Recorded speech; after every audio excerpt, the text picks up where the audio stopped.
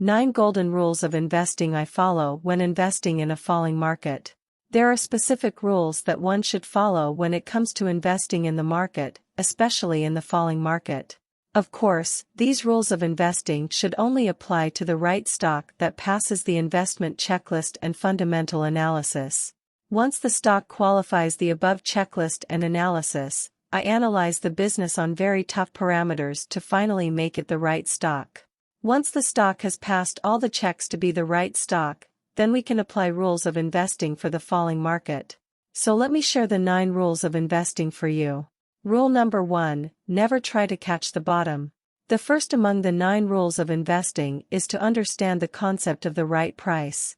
People often are confused. The right price is the one that is the lowest price. However, it is not true. Let me explain this with an example for the stock Bata India. Moreover, when you are investing, there can be a second wave down, and the stock may even go below 1,000 Indian rupees. Again, investing is not all about trying to catch the bottom. It is more about buying at a price that offers more value to you as an investor.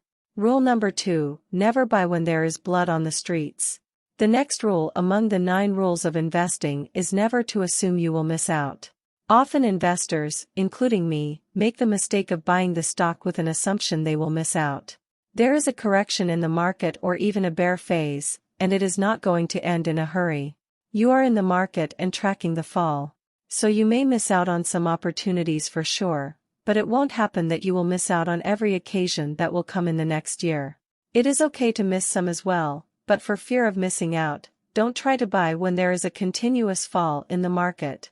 Like we take the example of Bata India, one may be tempted to buy at 1,300 Indian rupees when he has seen it was at 1,900 Indian rupees a few weeks back.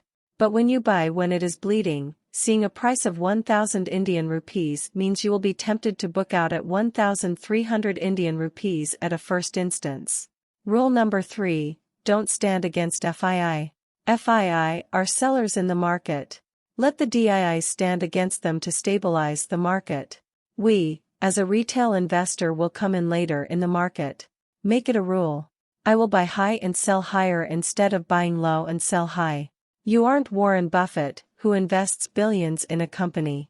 You want to be buying a few hundreds of shares, and one can buy at any time in a single order. For Warren Buffett, he needs a significant decline to be able to accumulate the number of shares he wants. Rule number 4, if you are not sure to go with mutual funds. The reason we are in the market is to build wealth, not invest in the stocks. Once we are clear in our head on why we are in the market, the decision to invest becomes very simple and easy. I avoid investing in mutual funds, but you shouldn't, and the reason is simple. For me, investment in stocks is a wiser choice than mutual funds because I can beat the returns I get from mutual funds by almost 10%. So if mutual funds returns are 12%, I clock in 22% investing in stocks. Similarly, as of now, the mutual fund returns are in -5%, and my stock portfolio return is more than +5%.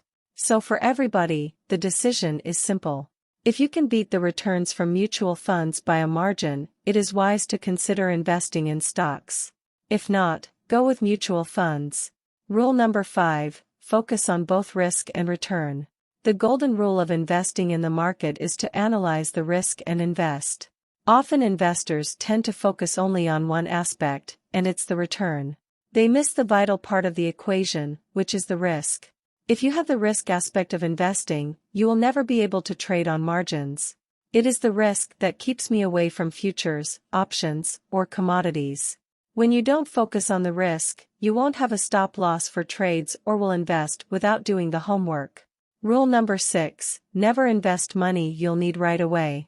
In India, we have a misconception about the whole idea of investing in stocks. I am sure you have heard phrases like I am a long-term investor and can hold the stock for 6 months. First of all, no one can be an investor for 6 months. Forget about the long-term investor. An investor is the one who invests in the business, and when you start a business, do you see results in 6 months? Never. So how can you expect the company you are investing in will begin to deliver results for you in 6 months? So when you are investing, always invest with a few years view. Once you have the right perspective for the business and the team doing the company, you will generally avoid investing the money you need right away. Rule number 7, never invest if you don't understand. Never invest in a company or sector which is beyond your understanding capabilities. In a recent discussion in the DIY forum, I was asked why I don't have financials like HDFC Bank or Bajaj Finance in my portfolio.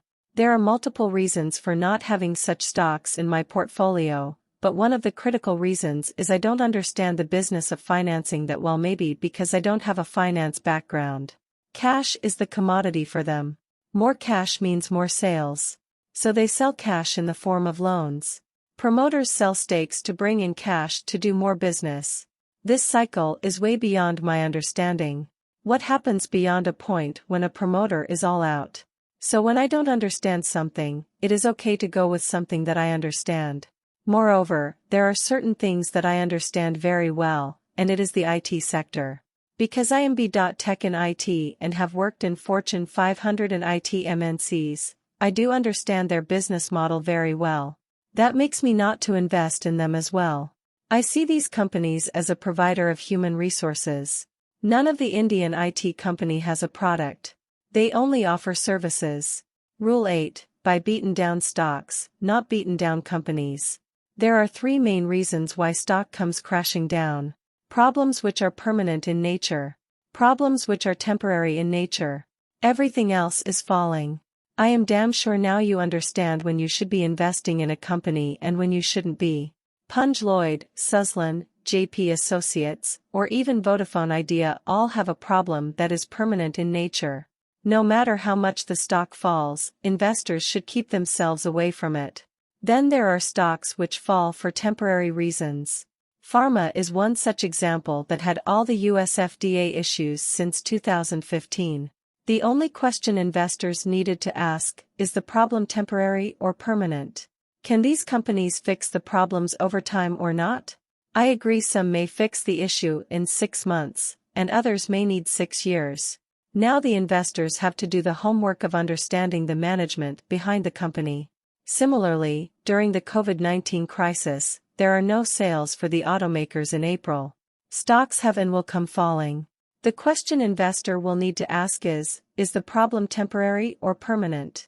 Will no sales continue forever? Can the company survive even if there is an extended lockdown? Once things are back to normal, will India need more vehicles or less? Rule 9, never bet on losers over winners. The last of the 9 rules of investing is to believe Mr. Market is a lot more intelligent than you.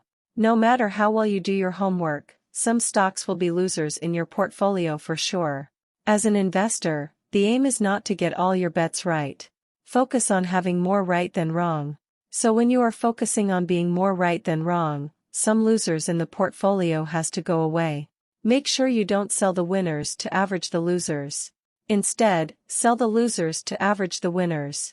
I always insist people average up over averaging down.